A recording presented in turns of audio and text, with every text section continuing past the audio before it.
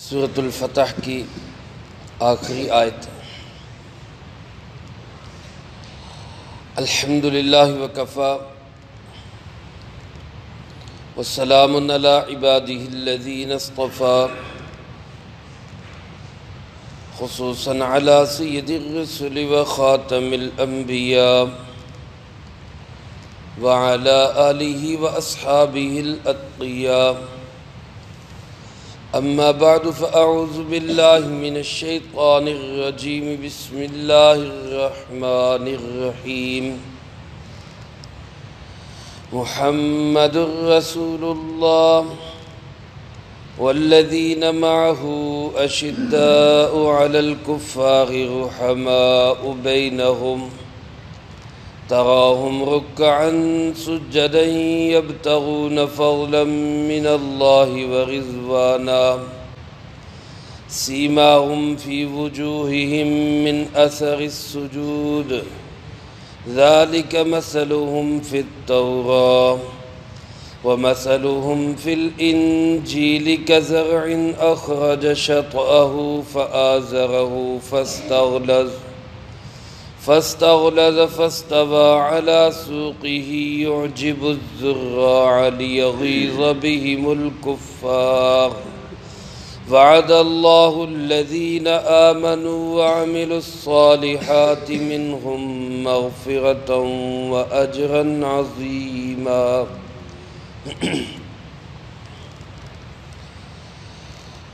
محمد رسول اللہ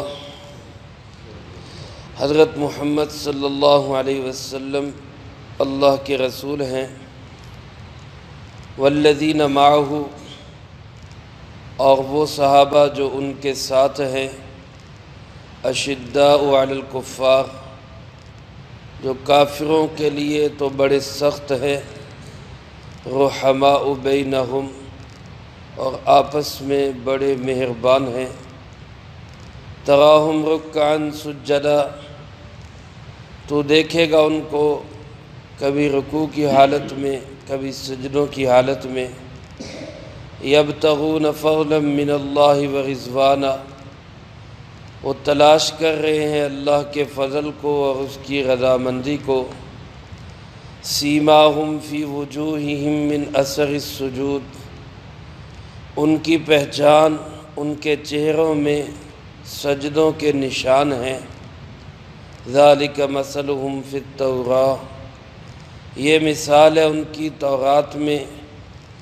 ومثلہم فی الانجیل کزرع اور ان کی مثال انجیل میں ایک کھیتی کی طرح ہے، اخرج شطأہ جو اپنی ہلکی سی سوئی نکالتی ہے، فآزرہ پھر بڑھتی ہے، فاستغلظ یہاں تک کہ مضبوط ہو جاتی ہے، فاستوى علی سوقی اور اپنے تنے پہ قائم ہو جاتی ہے، یعجب الزراع کسانوں کو تو پسند آتی ہے، لیغیظ بہم الکفار لیکن جلتے ہیں اس سے کفار، وعد اللہ الذین آمنوا وعملوا الصالحات وعدہ کر رکھا ہے اللہ رب العالمین نے ایمان والوں سے اور اچھے اعمال کرنے والوں سے، منہم ان سب سے، مغفرۃ و اجرا عظیما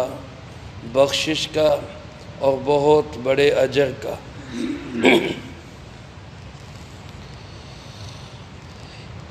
اس سورۃ الفتح کی آخری آیت ہے۔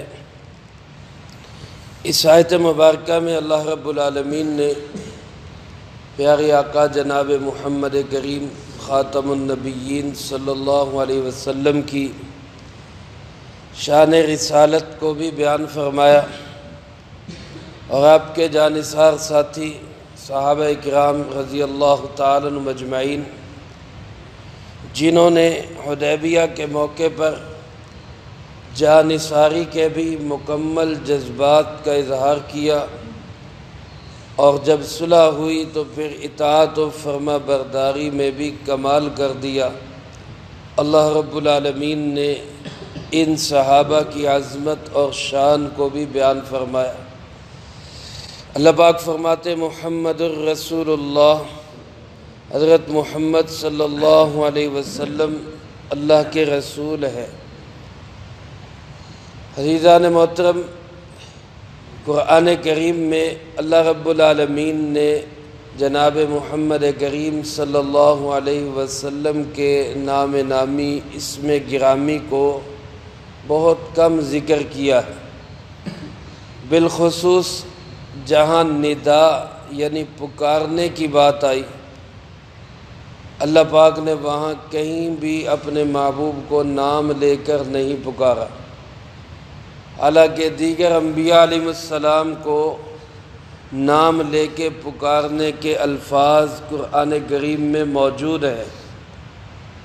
یا آدم، یا نوح، یا ابراہیم، یا موسیٰ، یا عیسیٰ، یا شعیب، یہ الفاظ انبیاء علیہ السلام کے نام کے ساتھ ندا موجود ہے، لیکن پورے قرآن کریم میں از اول تا آخر آپ ڈھونڈ بھی لیں تو نہیں ملے گا کہ کہیں اللہ پاک نے یا محمد کہہ کے آپ کو پکارا، بلکہ جہاں کہیں پکارنے کی نوبت آئی، پکارنے کی باری اور بات آئی، وہاں اللہ پاک نے یا ایہا المزمل، یا ایہا المدثر، یا ایہا النبی، یا ایہا الرسول، ان القابات کے ساتھ اپنے محبوب کو یاد کیا۔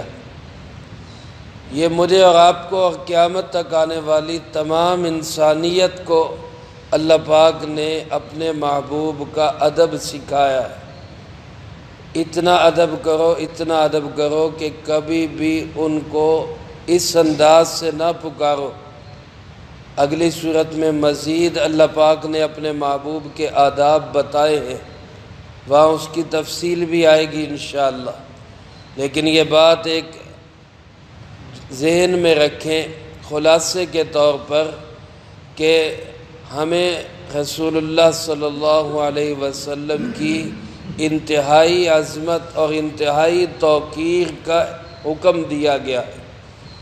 اپنے الفاظ سے، اپنی حرکات و سکنات سے کبھی بھی زندگی میں کوئی ایسا عمل نہ ہو کہ جس سے آپ صلی اللہ علیہ وسلم کی بے ادبی کا پہلو نکلے۔ یہ بڑا ہی خطرناک ہے۔ اللہ مجھے اور آپ کو جناب نبی پاک صلی اللہ علیہ وسلم کی ہر قسم کی بے ادبی سے محفوظ رکھے۔ عزیزان محترم، قرآن کریم میں صرف 4 جگہ پر اللہ پاک نے اپنے محبوب کا نام لیا ہے۔ ایک 4 پارے کے اندر سورۃ النساء میں وما محمد الا رسول، حضرت محمد صلی اللہ علیہ وسلم اللہ کے رسول ہیں، اور دوسرا سورۃ احزاب میں ما کان محمد ابا احد من رجالکم ولکن رسول اللہ وخاتم النبیین۔ تیسرا اس سے پہلی سورۃ محمد صلی اللہ علیہ وسلم میں، اور چوتھا یہ مقام ہے جہاں اللہ نے آپ صلی اللہ علیہ وسلم کو نام کے ساتھ اور پھر یوں کہہ لیں کہ کلمے کے دوسرے جز کے ساتھ۔ ہمارا کلمہ کیا ہے؟ اسلام کا کلمہ کیا ہے؟ لا الہ الا اللہ محمد الرسول اللہ۔ تو محمد الرسول اللہ یہ کلمہ کا دوسرا جز ہے، اس جز کے ساتھ اللہ پاک نے آپ کا نام نامی لیا۔ اور علماء نے اس میں حکمت یہ لکھی کہ جس وقت صلح حدیبیہ ہو رہی تھی اور اس کے کاغذوں پہ یہ لکھا گیا ھذا ما قال محمد الرسول اللہ، یہ وہ معاہدہ ہے جو محمد الرسول اللہ صلی اللہ علیہ وسلم نے کیا، یہی لکھا گیا کاغذوں پہ۔ لیکن کافروں کو اس پہ اعتراض ہوا، وہ کہنے لگے کہ جناب ہم آپ کو رسول اللہ ہی تو مانتے نہیں، اور اگر یہ مان لیں تو پھر جھگڑا کس بات کا۔ تو لہذا رسول اللہ کا لفظ کاٹ کے یہاں محمد ابن عبداللہ لکھو۔ آپ صلی اللہ علیہ وسلم نے ان کی اس بات کو قبول کیا اور خود آپ نے اپنا نام سے آگے رسول اللہ کا لفظ مٹا کے وہاں ابن عبداللہ لکھوایا۔ لیکن اب کافروں نے تو یہ کام کر لیا، کاغذوں میں مٹانے کی کوشش کر لی اور مٹا لیا، لیکن اللہ پاک نے یہاں قرآن کریم میں لا کے بتا دیا کہ تم جہاں مرضی میرے محبوب کے نام کو مٹانے کی کوشش کرو، لیکن میرے محبوب کا تذکرہ میں نے خود اتنا اونچا کر دیا کہ دنیا سے کبھی میرے محبوب کا نام مٹ نہیں سکتا۔ یہ محمد الرسول اللہ اسی کے نتیجے میں لایا گیا کہ تم مٹاؤ لیکن میں اس کو اور روشن کروں گا، تم اس کو ختم کرنے کی کوشش کرو، میں اس کو اور پھیلاؤں گا، اور یہ رہتی دنیا تک قائم و دائم رہے گا کہ آج ساری انسانیت کے رسول وہ کون ہیں؟ حضرت محمد صلی اللہ علیہ وسلم۔ قیامت تک آنے والے تمام انسانوں کے نبی اور رسول کون ہیں؟ وہ حضرت محمد صلی اللہ علیہ وسلم۔ تو میرے محترم دوستو، آج کی جتنی انسانیت ہے، شرق میں ہو یا غرب میں، شمال میں ہو یا جنوب میں، ہر جگہ جہاں جہاں اللہ رب العالمین کی خدائی ہے، اور کوئی جگہ اللہ کی خدائی سے خالی نہیں، ہر جگہ کا رب کون ہے؟ اللہ۔ اسی طرح ہر جگہ کے نبی، ہر انسان کے نبی، ہر خطے اور ملک کے نبی، ہر زمانے کے نبی وہ حضرت محمد صلی اللہ علیہ وسلم۔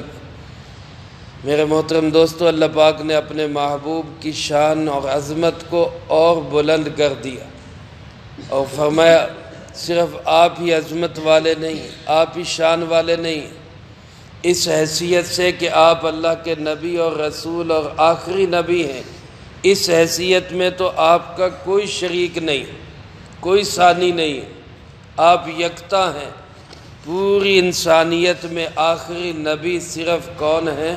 حضرت محمد صلی اللہ علیہ وسلم۔ اس صفت میں آپ کا کوئی ثانی نہیں، لیکن ایک حیثیت آپ کی امیر جماعت ہونے کی، آپ دنیا کے اندر دین کو غالب کرنے کے لیے ایک جماعت کے امیر ہیں، اور اس معاملے میں دین کے غلبے اور جد و جہد اور کوشش کے معاملے میں آپ کے ساتھ آپ کے صحابہ بھی، والذین معہ، وہ لوگ بھی آپ کے ساتھ ہیں جن کی آگے آنے والی صفات ہیں، وہ صحابہ بھی آپ کے ساتھ ہیں۔ میرے دوستو، جناب نبی پاک صلی اللہ علیہ وسلم جب اللہ کے آخری نبی ہیں تو قیامت تک آنے والے انسانوں تک دین کس نے پہنچانا ہے؟ وہ آپ کی امت نے پہنچانا، آپ کی جماعت نے پہنچانا، اور آپ اس جماعت کے ذمہ دار اور امیر ہیں، اور آپ کی اس امت اور جماعت کی صفات کیا ہونی چاہیے؟ وہ اللہ پاک نے اگلے حصے کے اندر بیان فرمائی۔ یہ اصل میں تو صفات صحابہ کی ہے، صحابہ میں یہ موجود تھی، صحابہ کے لیے یہ سند ہے کہ ان کی تعریف اللہ رب العالمین نے قرآن کریم میں بتائی، اور مجھے اور آپ کو اس کا پابند کیا کہ صحابہ والی صفات ہم بھی اپنے اندر لائیں، ہم بھی اس کی کوشش کریں کہ وہ صفات ہمارے اندر بھی پیدا ہو جائیں۔ ان کی صفات کیا تھی؟ اللہ پاک فرماتے ہیں اشداء علی الکفار رحماء بینہم، وہ کافروں کے لیے بڑے سخت اور آپس میں بڑے مہربان، بڑے نرم، رحم دل۔ کافروں کے لیے سخت ہونے کا مطلب کیا؟ یہ نہیں کہ وہ کافروں پہ رحم کرتے ہی نہیں تھے، یہ مطلب نہیں کہ وہ کافروں پہ ظلم کرتے تھے، نعوذ باللہ، بلکہ کافروں کے لیے سخت ہونے کا مطلب یہ ہے کہ جہاں اللہ کے لیے نفرت کرنا پڑتی وہاں پھر وہ رشتہ داری، قرابت داری، عزیز داری کو نہیں دیکھا کرتے تھے، بلکہ اللہ کے لیے ہی نفرت کیا کرتے تھے۔ اور جہاں محبت کرنی ہوتی وہاں وہ یہ نہیں دیکھتے تھے کہ یہ گورا ہے یا کالا ہے، یہ امیر ہے یا غریب ہے، وہ کسی سے محبت بھی کرتے تو اللہ کے لیے محبت کرتے۔ اور یہ میرے بھائیوں کمال ایمان کی نشانی، کمال ایمان کی نشانی۔ بندے کا ایمان کامل کب ہوتا ہے؟ حدیث پاک میں آپ نے ارشاد فرمایا من احب للہ وابغض للہ واعطى للہ ومنع للہ، جس کا کسی کے ساتھ محبت کا تعلق ہو تو وہ بھی اللہ کے لیے، کسی کے ساتھ بغض اور نفرت کا تعلق ہو تو وہ بھی اللہ کے لیے، یعنی ان کی محبت کے تعلقات بھی اللہ کے حکم کے تابع اور ان کے نفرت کے تعلقات بھی حکم ربانی کے تابع۔ وہ اپنی مرضی سے نہ کسی سے محبت کرتے ہیں، وہ اپنے اندر کے بغض کی وجہ سے کسی سے نفرت بھی نہیں کرتے، ان کی نفرت بھی اللہ کے لیے، ان کی محبت بھی اللہ کے لیے۔ یہ صحابہ کی صفت تھی۔ آج ہماری محبتیں بھی وہ غرض کے تابع ہے، کسی سے مالی مفاد ہے، کسی سے خاندانی ہے، کسی سے پارٹی بازی کا ہے تو پھر تو محبت ہے، اور اگر کوئی ایسی نہیں ہے تو پھر نفرت ہے۔ ہمارے نفرت کے جذبات بھی اپنے تابع، ہمارے محبت کے جذبات بھی اپنی خواہشات کے تابع۔ یہ ایمان نہیں ہے۔ حضرت علی کرم اللہ وجہ ایک جنگ کے موقع پر ایک کافر نے ان پہ حملہ کیا اور حملہ کر کے ان کو زخمی کر دیا۔ حضرت علی کرم اللہ وجہ نے پلٹ کے وار کیا اور اس کو گرا کے سینے پہ بیٹھ گئے، قریب تھا کہ اس کی گردن اتار دیتے، جنگ کا موقع تھا۔ اچانک اس نے نیچے لیٹے لیٹے حضرت علی کرم اللہ وجہ کے مبارک چہرے پہ تھوک دیا، چہرے کی طرف تھوک پھینک دیا۔ اب کیا عالم ہونا چاہیے تھا؟ اب غصے کی کیفیت کیا ہونی چاہیے تھی؟ اب اس کو کس طرح مارنا چاہیے تھا؟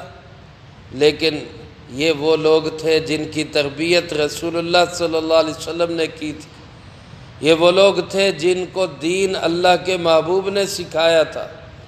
جیسے ہی اس نے آپ کے چہرے مبارک کی طرف تھوکا، حضرت علی کرم اللہ وجہ اس کو چھوڑ کے الگ ہو گئے، چھوڑ دیا اس کو۔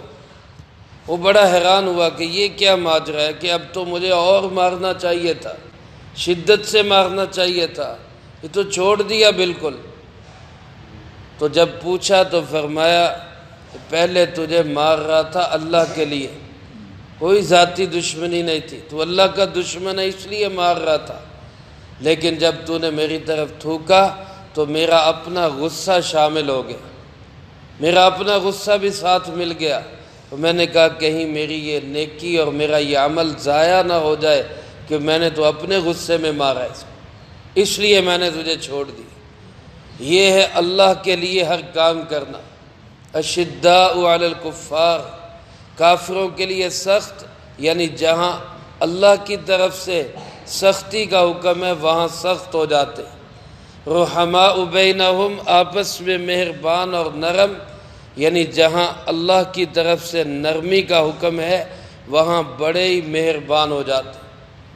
علامہ اقبال رحمۃ اللہ علیہ نے اس کو یوں ادا کیا ہے کہ ہو حلقہ یارہ تو ابریشم کی طرح نرم، ہو حلقہ یارہ تو ابریشم کی طرح نرم، رزم حق و باطل ہو تو فولاد ہے مومن۔ جب انسان اپنوں میں بیٹھے تو وہ ریشم کی طرح نرم ہو، اور جہاں معاملہ دشمن کا آئے، اللہ کا دشمن، دین کا دشمن، رسول اللہ صلی اللہ علیہ وسلم کا دشمن، وہاں پھر مومن کو فولاد بننا چاہیے، مضبوط ہونا چاہیے۔ تو یہ صحابہ اکرام رضی اللہ تعالیٰ عنہم مجمعین کی صفت ہے جو آج ہم چھوڑ چکے۔ آج کافروں کے لیے ہمارے دلوں میں نرمی ہے، ان کے لیے ہم اچھے جذبات رکھتے ہیں، لیکن اپنے مسلمان بھائیوں کو قتل کرنا، مارنا، سزا دینا یہ ہمارے لیے کوئی مسئلہ نہیں ہوتا۔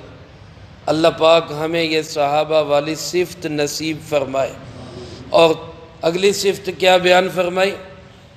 فرمایا تراہم رکعا سجدا، تو دیکھے گا ان کو کہ کبھی یہ رکوع میں ہے، کبھی سجدوں میں ہے، یعنی عبادت گزار ہے۔ پہلے کمال ایمان بیان کیا، اب کمال عمل بیان کیا۔ ایمان کا کمال یہ کہ محبت و نفرت کے سارے جذبات اللہ کے حکم کے تابع، اور عمل کا کمال یہ ہے کہ ہر وقت رکوع اور سجدوں میں اور عبادت میں، اور اس عبادت سے چاہتے کیا ہے؟ یبتغون فضلا من اللہ ورضوانا، ان کو اللہ کا فضل چاہیے اور اللہ کی رضامندی چاہیے، بس یہ دو چیزیں چاہتے ہیں۔ نہ ان کا کوئی ملک مقصد ہے، نہ ان کا کوئی جائیداد مقصد ہے، نہ ان کا کوئی سونے چاندی کے ڈھیر مقصد ہے، نہ ان کے کوئی بڑے بڑے عہدے مقصد ہے۔ ان کا مقصد صرف یہ ہے ہمارا اللہ ہم سے راضی ہو جائے۔ اس کے لیے ہی نماز ہے، اس کے لیے ہی جہاد ہے، اس کے لیے ہی سارے عمل ہیں ان کے۔ ساری زندگی اسی ایک بات کے تابع ہے کہ ہمارا اللہ ہم سے راضی ہو جائے۔ یہ صحابہ کی صفات ہے میرے بھائیوں، آج ہم ان سے کتنا دور چلے گئے۔ فرمایا سیماہم، ان کو اگر تو پہچاننا چاہے، ان کی علامت دیکھنا چاہے، ان کو کوئی واضح نشانی دیکھنی ہو ان کی، تو اللہ فرماتے فی وجوہہم من اثر السجود، ان کے چہروں میں سجدوں کے نشان، ان کے چہروں میں سجدوں کے نشان۔ یہ صحابہ کی صفت، یہ ان کی پہچان، نشانی اور علامت ہے۔ لیکن ایک بات سمجھ لیں میرے دوستو، یہاں سجدوں سے مراد یہ کالا نشان نہیں ہے جو ماتھے پہ پڑ جاتا، یہ کالا نشان مراد نہیں ہے، یا کوئی محراب بن جائے یہ مراد نہیں ہے، بلکہ حضرت عبداللہ ابن عمر رضی اللہ تعالیٰ عنہ فرماتے ہیں کہ جو اپنا ماتھا اس لیے رگڑتا ہے کہ نشان پڑ جائے اور لوگ کہے کہ جی ماشاءاللہ بڑا عبادت گزار ہے، فرماتے یہ عبادت گزار نہیں، یہ پرلے درجے کا منافق ہے۔ یہ سجدوں کے نشان یہ چہرے پہ پڑے ہوئے یہ مراد نہیں۔ پھر اس سے مراد کیا ہے؟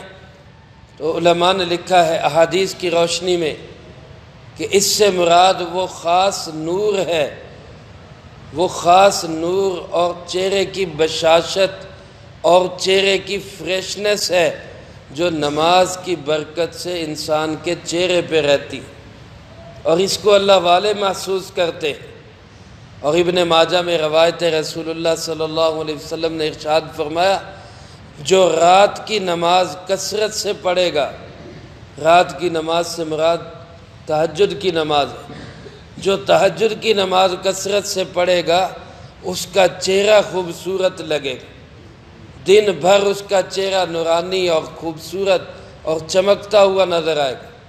اب اس سے مراد وہ کالا نشان نہیں ہے، اس سے مراد گورا رنگ نہیں ہے، اس سے مراد لال چہرہ نہیں ہے، بلکہ زرد چہرہ بھی ہوگا، پھیکا چہرہ بھی ہوگا، بظاہر سانولا چہرہ بھی ہوگا، لیکن نماز کا نور ایک الگ نور ہے، اس سے مراد وہ نور ہے۔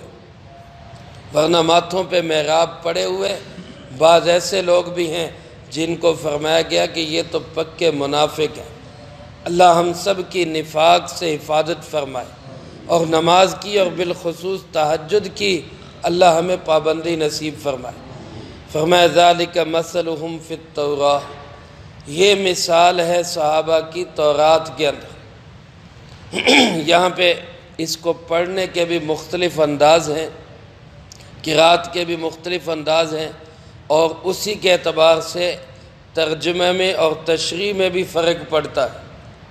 اب اس کو سمجھنے کی ضرورت ہے، وہ تھوڑا سا تفصیل طلب ہے، انشاءاللہ العزیز کل کی فرصت میں وہ عرض کیا جائے گا۔ اللہ پاک سے دعا ہے اللہ مجھے آپ کو سب کو صحابہ والی یہ خوبصورت صفات بھی نصیب فرمائے، اور ان صفات کی برکت سے اللہ ہم سب کو صحابہ سے بھی پیار نصیب فرمائے، اور جو کہا سنا اس کو زندگی میں لا کے دوسروں تک پہنچانے کی توفیق عطا فرمائے۔ اللہم انت السلام و منک السلام، تبارکت ربنا و تعالیت یا ذا الجلال والاکرام۔ اللہم اعننا علی ذکرک و شکرک و حسن عبادتک۔ اللہم احسن عاقبتنا فی الامور کلها و اجرنا من خزی الدنیا و عذاب الآخرہ۔ اللہم